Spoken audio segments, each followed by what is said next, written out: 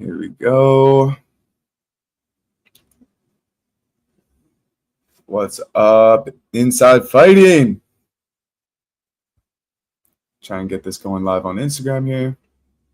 And then we'll get into a little intro. What's up, everybody? Welcome in. Hope everyone's having a wonderful day. This week is another episode of Insider Betting. But unfortunately, because there is no upcoming UFC this weekend, we are going to just be recapping UFC 317. What an event. Ilia Topuria knocking out Charles Oliveira in the first round, just as he manifested throughout the lead up to the fight. Just incredible. And now he's taken his spot as the number one ranked pound for pound in the world. Absolutely incredible from Ilia Topuria. But there was so much more that happened on UFC 317 that just makes this card one of my favorite cards of the year. Honestly, I'm going to say it already. This was my favorite card of the year. Just as a fan, I was on the tip of my seat the whole show. I was entertained for the whole 6 hours. If you weren't watching UFC this weekend, what were you really doing? Were you watching Jake Paul? You got to let me know. But this weekend of UFC was amazing. So I do want to just go down and break down the fights and which fights stood out to me. I think a lot of fighters stood out here. A lot of the favorites stood out here. And a lot of my predictions came true. Starting off with the first fight of the night to set the tone in the early prelims, we had Jotun Diaz versus Alvin Hines. Heavyweight bout. This is Alvin Hines' debut. This guy was an absolute character in the lead up to this fight. Always smiling. This was his UFC debut. I thought it was an incredible performance that he put on. Unfortunately, he did lose, but to see heavyweights who are throwing 82 strikes to 112 strikes, it was just a war of a fight. These two were bashing each other up. I thought it was back and forth throughout it, and Hines had his moments, but Denise definitely showed his experience in this fight, getting him that win, and he'll be fighting against a higher-ranked opponent in heavyweight next. Maybe I don't even want to get into matchmaking. We'll leave that. But great performance to start off the card. I was like, this is about to be a sick card. And then we have Jacoby Smith, the prodigy, taking it kind of slow. This fight, I didn't get to really see the whole fight as I was editing throughout this UFC card. Usually I'm doing my my watch party, but this week was a little bit different because we had our reporter in Vegas for the show. So I was there for him just with any edits that he needed me to be doing while he was at the event. But Jacoby Smith getting the submission in the second round, near the end of the second round. Nico Price was the biggest underdog we've seen in a long time. I think he was even a bigger underdog than Motinez, Chris Motinez against Malcolm Wellmaker the other weekend, which is crazy to see. And he actually gave Jacoby Smith some problems in this fight, which was surprising. He landed some good strikes. He kept this fight competitive, but Jacoby Smith was able to get the takedowns, able to get the win, able to lock in the submission. I had him winning by finish. I didn't know if he was going to get the knockout. I was rooting for the knockout, thought he was talented enough to get the knockout. But, I mean, he gets the submission in the second round. He's going to continue to keep stepping up in opponents. And slowly but surely, Jacoby Smith will be one of the top dogs in welterweight. I'm just not sure how he would look against like a Randy Brown, against a Carlos Prates, against somebody a little higher ranked than him. As skillful as he is, Nico Price gave you problems, bro.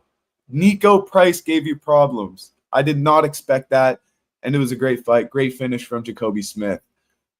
Getting into the prelims, we had Terrence McKinney versus Vladislav Boryshev, the Ukrainian. I was rooting for Terrence McKinney. I think he's a huge prospect in the UFC, and I think he's one of the bigger prospects in the lightweight division right now. He is getting these first-round finishes like it was nothing. Immediately shoots the double leg on Boryshev, gets on top, locks in the guillotine choke, gets the submission in the 55 seconds. 55-second finish. I'd be lying if I said I caught it. It was actually crazy.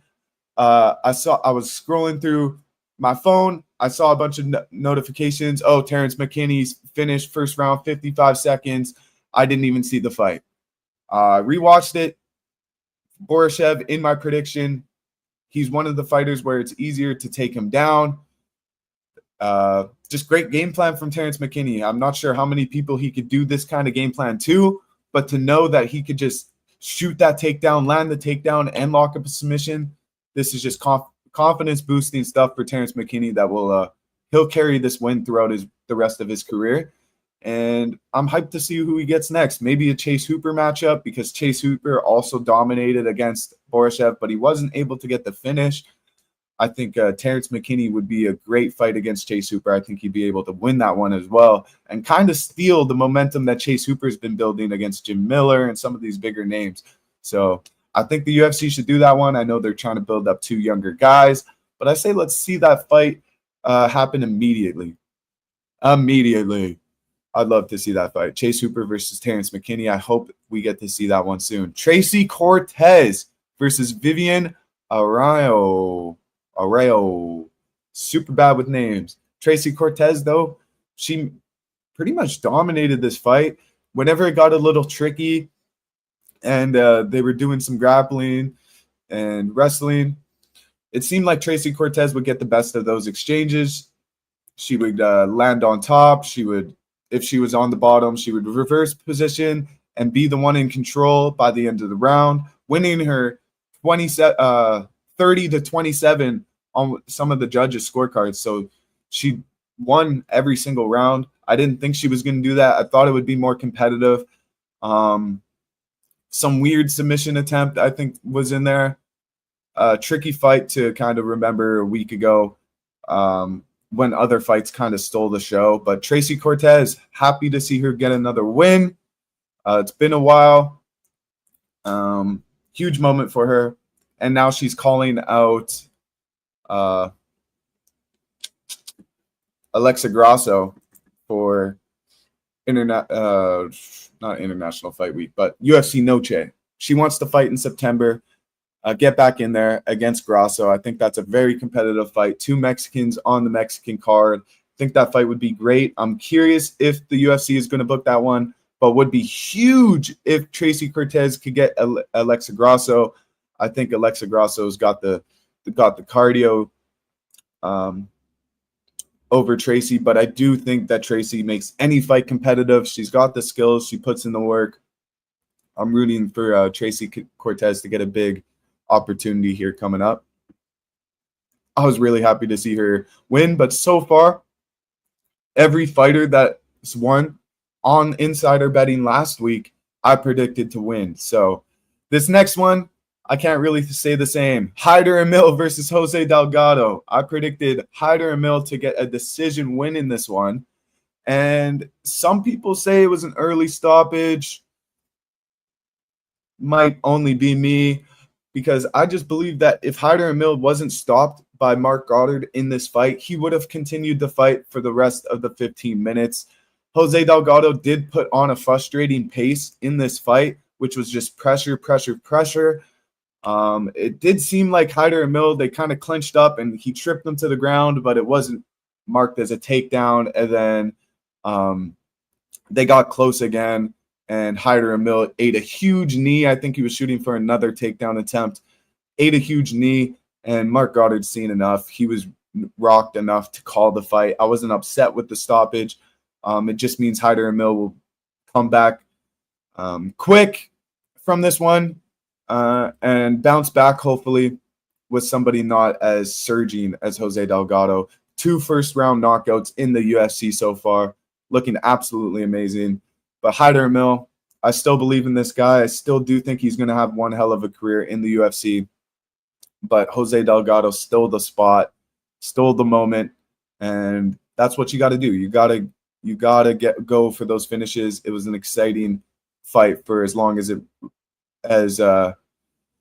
lasted, a whole 26 seconds. So a very exciting 26 seconds, but Jose Delgado knocking Hyder Emil out in 26 seconds was not on my prediction list last week on Insider Betting.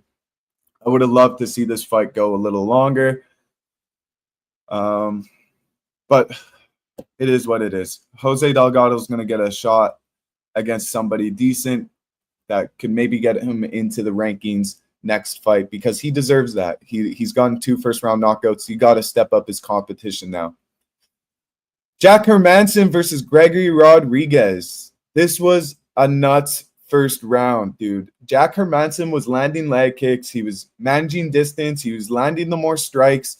And Gregory Rodriguez was kind of like, I didn't know if he was going to get tired like he did against Jared Cannonier, but he was really trying to just hunt for that knockout punch. And damn it, he definitely found it. One of the most eerie kind of knockouts you see, just clearly knocked out with the right hand, lands in the back of his head, can clearly see this guy is done. If you're the fighter, if you're the ref, you know the fight's over. Eyes rolling in the back of the head. This guy's like probably 205 pounds in this fight or heavier. Lands the craziest follow-up shot, hammer fist to the face. I was reacting like this guy I just witnessed a murder. It was a crazy reaction. I wish I was recording it because it would have been hilarious to put out. But Gregory Rodriguez with first-degree murder attempt on Jack Hermansson. It was nuts. Herb Dean probably should have stepped in a little bit sooner. I don't know why he was so far away from this fight. He was like on the opposite side of the cage. I mean, when 2 fighters are like running circles around the cage, I get it, like flyweights or bantamweights, but this was 2 middleweights who were literally just pacing each other, trying to go for a knockout. And Herb Dean, man, you got to get there sooner. You got to take accountability for that extra shot, but also because Gregory Rodriguez, he's trained to not stop fighting until the ref pulls him off. So it was an eerie knockout. They gave updates on Jack Hermansson throughout the rest of the UFC 317 card, where it was like Jack Hermansson's in the back, getting his head, going to sleep, and doctors are checking on him, and we'll give you another update to see if he's good to go or if he's going to stay in the hospital. So that was a gnarly, eerie kind of knockout. Herb Dean definitely should have stepped in a little earlier, but great performance from Gregory Rodriguez, earning himself a performance bonus of $50K. And I'm hyped for Gregory Rodriguez. He needs to keep stacking these wins, keep going up in the division. I want to see him in the top 15, getting those good fights. Maybe he gets the winner of Marvin Vettori versus Brendan Allen. I think the winner of that should face Gregory Rodriguez next. Going into the main card, we have Peyton Talbot versus Felipe Lima. Man, was I wrong on my prediction on this one. I've been a Peyton Talbot fan, and for me to not rock with him in this card was disgusting. He proved me wrong. He's got the takedown defense. But Felipe Lima, he definitely could have fought a more technical fight in this one. He landed 37 strikes, which is kind of embarrassing. He was going for like takedowns and trying to do that game plan, but he was also throwing like spinning back fists and like going for weird leg lock attempts on the ground when he's on his back. You should never be fighting on your back voluntarily, but he was like comfortable just being on his back, losing rounds when he could have just been standing, banging, and making this fight more competitive.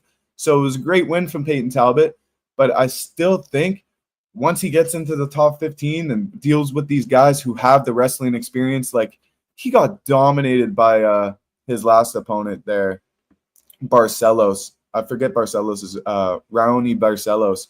He got dominated in that fight. I thought this one against Felipe Lima, he was going to implement the same kind of game plan against Talbot. He didn't, and he lost. He lost pretty significantly. I was watching this fight, and I was very impressed by Peyton Talbot, but this wasn't fight of the night by no means. Like, it got boring at some parts, although, like, these guys are bantamweights. They should be one of the more entertaining fights on the card, and it just didn't live up to the hype, in my opinion. But we'll see what's next for Peyton Talbot. We'll see what's next for Felipe Lima. I definitely don't think he's done by no means. And Peyton Talbot called out Adrian Yanez, which I think will be next for him, and it's going to be a very competitive strikers match on the feet. So could be a setup for Peyton Talbot to get a knockout win or a knockout loss. I'm going to be definitely tuning in to the rest of Peyton Talbot's career. whether he's on the main card of a UFC card or on the prelims or highlighting and main eventing fight night, because he has the star power to do that. So it would be cool to see him get a 5-round test and see how he does in that kind of pressure. But we'll see. I'm definitely back on the Peyton Talbot hype train. He proved me wrong. He showed great skills. He showed great improvements throughout the fight, and he won. He won clearly. Next fight on the main card, we had Beneil Dariush getting a win over Renato Moicano. I couldn't have been more wrong with this prediction. I was screaming on Insider Betting last week that that Renato Moicano is going to piece up Beneil Dariush like he did to BSD. I thought it was going to be pure domination from Renato Moicano. Man, was I wrong on this prediction? I think it was only one right hand landed from Moicano in the first round that actually dropped Beneil Dariush, and I was freaking out. I was like, this is going to be a sweep. Renato Moicano is just going to continue this kind of pressure, continue these strikes, and hunt him down and destroy him.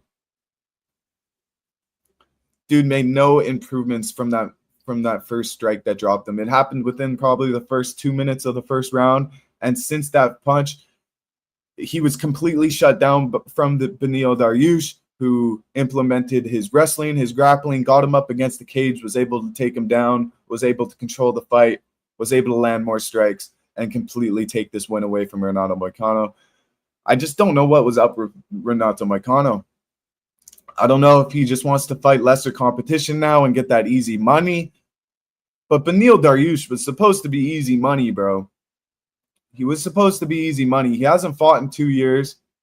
And I just didn't see this fight going the way that it did. It's unexplainable why he got so tired so fast. He was gassed going into the second round. And the only excuse that I've seen from Renato Moicano after this UFC card is that he got tired. He's like, I take accountability for my loss. I got tired. I don't know what it is. I got tired. You weren't injured. You weren't anything. You got tired and you got dominated by Beneil Dariush.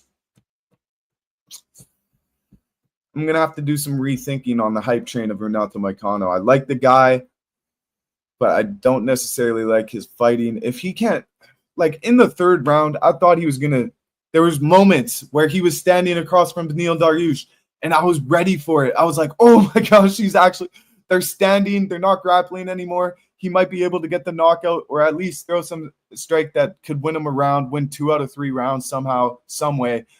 And it didn't go that way, unfortunately. He didn't throw those strikes, and he got wrestled and clinched and lost.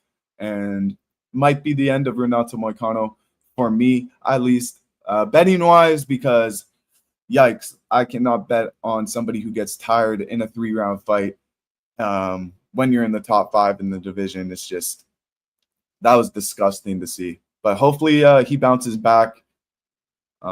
Or comes out and says that he was injured throughout that fight, so it can make a little more sense, because I'm completely lost onto why he had the performance that he did. Moving on. The co-main. So is this called the feature fight of the night? I'm not too sure. But Joshua Van versus Brandon Royval. Fight of the month, fight of the year, fight of the card.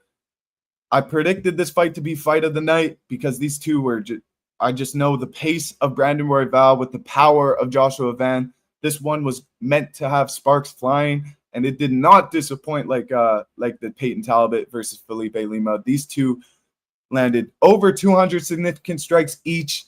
First featherweight fight to do that in history. Both these fighters won performance of the night. So Brandon Royval, although he did lose, he did get paid a full as if he won the fight. So it's still good on him. Unfortunately, this was his one chance to get back at the title. This was his one chance to be the number 1 contender. And unfortunately for Royval, he fell a little bit short. But he applied the pressure. I thought he won the first round. Or there was a round where I thought Royval won. I'm not sure if it was, I think it was the second round, because Van was just doing too much in the first, I believe. I actually kind of want to look back at this one. Then when you look at the strikes, 215 strikes to 204 strikes, pretty much back and forth. You had a sharp jab from Royval, but it was really just kind of like I predicted, just the jabs set up with a lot of kicks.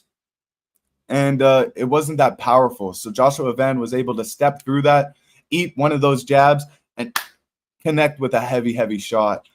He was landing the more damage. He was the less beaten up fighter by the end of the night. And he was able to knock down Royval in the third round in the final seconds, which made this fight clearly be one-sided to Joshua Van. But I'm not sure if he didn't land that knockdown punch in round 3. Maybe this fight would have been more of a split decision here. But it was unanimous for Joshua Van. Great performance from Joshua Van, 23 years old, and he's going to be next in line to fight Alexandre Pantoja for the flyweight belt, which is just incredible. I'm rooting for Van, but Pantoja, he's definitely got the skills, and we'll get into that right now. Why not? It just sucks to see Brandon Royval go down the way that he did. We're big Royval fans on this page. I think he needs to bounce back against Brandon Moreno or Steve Ursag and just continue to try and get a moment, try and get that knockout. He's just got to kind of find the power in his shots, and I'm sure that he could win those fights against Steve Ursag, Moreno, and possibly be in title contention again. It's not over for Royval. He shouldn't give up or be less motivated than he was before. He was so close to getting his title shot, but he's going to have to make some improvements into his game. And Joshua Van, just improvements after improvements after improvements. And he's made improvements throughout the fight as well. He's so smart and talented for his age. I'm super curious to see how he does against Pantoja next. All right, next up, we have the co-main event on this card, Alexandre Pantoja versus Kai Kara-France. Great fight, great performance from Pantoja, absolutely dominating the first round, taking him down immediately and just staying on top, looking for different submissions, having his Kai Kara-France's complete back taken, almost getting the rear naked choke in the first round. Absolutely, almost a 10-8 in the first round, at least in not necessarily damage, but in control and just domination. It was all Pantoja that first round. Lucas, I appreciate your comment, bro.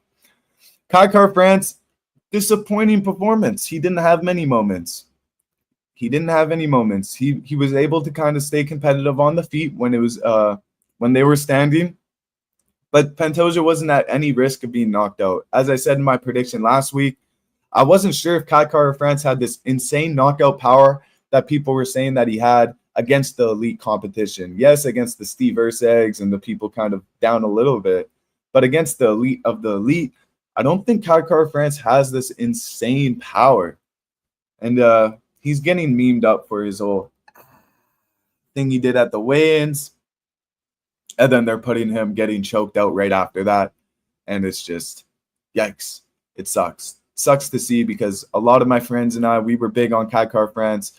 We're big on CKB. That's one of my favorite gyms. I love everybody in that gym. This is probably the only chance Kai Kara-France is going to have at the title here. He's gonna have to do maybe Brandon Royval versus Kai Kara-France could work as another number one contender fight, but it wouldn't be a number one contender fight really because we got Brandon Moreno really holding that spot underneath Joshua Van. It'd be like a second number one contender. So maybe they booked that fight, but disappointing performance from Kai Kara-France. We'll see how he bounces back and who he gets matched up against next.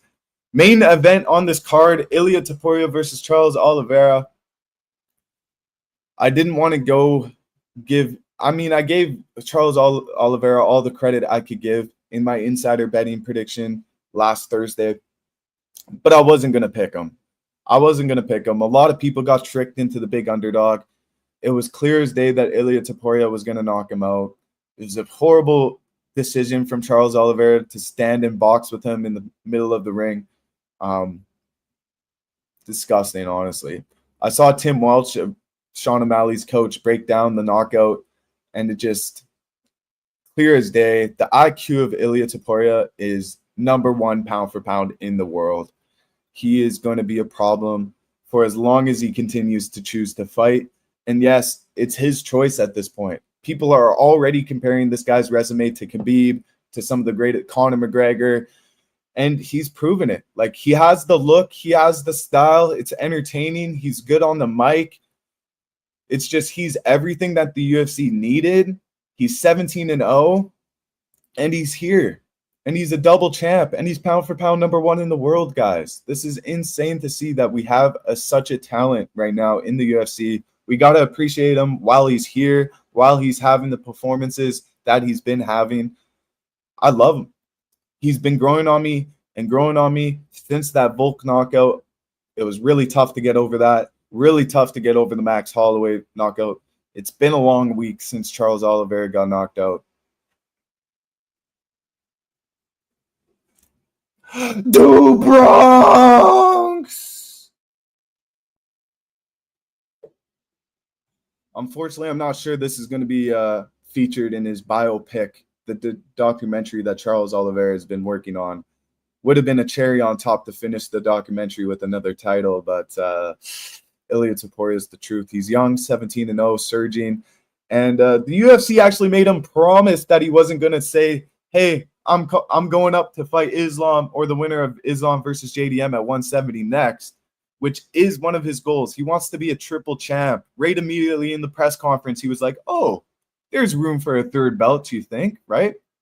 So it's entertaining to see that he has these manifestations of being the legend that he's already becoming. He's cheering that he's won the fight the night before the fight even happened. It's pure manifestation. It's hard work, and it's a result of just that hard work. It's amazing to watch, and I think he is the next Conor McGregor. I think his chest tattoo is better than Conor McGregor's tattoo. It's literally his own face coming out of a tiger with his Topuria logo.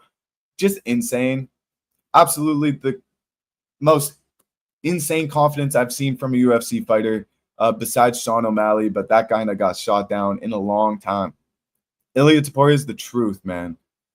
He's the truth. Stole the show. Getting in that first round knockout. Incredible. And what's next for Oliveira? Not too sure, to be honest. Oliveira versus Chandler, 6. Oliveira versus... It doesn't really matter, to be honest. I'm seeing maybe rumors of him versus Marcio Ruffy, but that's a horrible matchup for him too. Stop giving him knockout artists. I don't want to see legends get knocked out again and again and again and become Tony Ferguson. I want Charles Oliveira to be the legend that we all know him and love him to be. Let's not tarnish his legacy by giving him all these knockout artists and seeing him get flatlined a million times. Marcio Ruffy, fight like Dan Hooker or something, you know? Fight somebody like that. We don't need you to destroy a legend. But Marcio Ruffy, I do assume that he's going to be up there in title opportunity by the end of the year, just as Kyle Berhalo is going to be, just like Gene Silva is going to be. The fighting nerds really have taken over. And if Carlos Pratas won against Ian Gary, he would be right there too. But he's going to have to bounce back. I think he's booked to fight against Randy Brown. So that's going to be an incredible fight. Besides that, guys, this is my favorite UFC card of the year. That was my little recap of UFC 317. Just had me on the edge of my seat the entire time. There was no reason to go flick on Jake Paul versus Chavez Jr. I heard that Chavez Jr. was deported by ICE today as well. So just that's unfortunate. Just beating up an old man and then kicking him out of the country is just insane work. But UFC outdid themselves this weekend. A lot of stars showed up and made their names for themselves, stamped themselves as stars. Terrence McKinney's a star. Tracy Cortez is a star. Jose Delgado's a star. Gregory Rodriguez a star. Joshua Venn is a star. Pantoja is a star. Ilya Taporia is a star. It just keeps going on and on and on. Peyton Talbot's a star. Beneil Dariush is a star. Put some damn respect on that 38-year-old's name. The 38-year-olds are having a resurgence in the UFC this year. Usually we see the fall off of these old guys, but they're still hanging here. So incredible card. It takes my number one spot this year. Second would be UFC 314 in Miami, headlined by Volk and Diego Lopez. And then not sure what I would put number 3, but those are my top 2 for sure. I hope you guys enjoyed this week's show of Insider Betting. It was a little different because there's no UFC next weekend, but we'll be back next week to break down Derek Lewis versus Towson Teixeira. Ooh, wow. Stephen Thompson versus Gabriel Bonfim. Calvin Kattar versus Steve Garcia. Nate Landwehr versus Morgan Charrier. Just a mid card, to be honest, guys. But then after that, we got UFC 318, Max Holloway versus Dustin Poirier. That's mid-month, July 19th. It's going to be a good card. Not the greatest pay-per-view card lineup that I've seen. Headlined by a BMF belt is the only title fight on the card. So we got blessed in June. We got very blessed in June and July with our UFC cards. Now we're seeing a little break, a little fall off. So I had to hop on this live and just appreciate UFC 317 for what it was. It is a historic event. Ilya Taporia has stamped himself as the greatest, I'm hesitant to say of all time, but it's damn near close. I hope you guys tune in next week for our Insider Picks, Insider Betting, Thursday, 3 p.m. Central Standard Time, 1 p.m. Pacific, 4 p.m. Eastern. I hope you guys have a wonderful rest of your Thursday. Take care. Peace. I love you guys. And win the day. Win the day today, guys. Take care.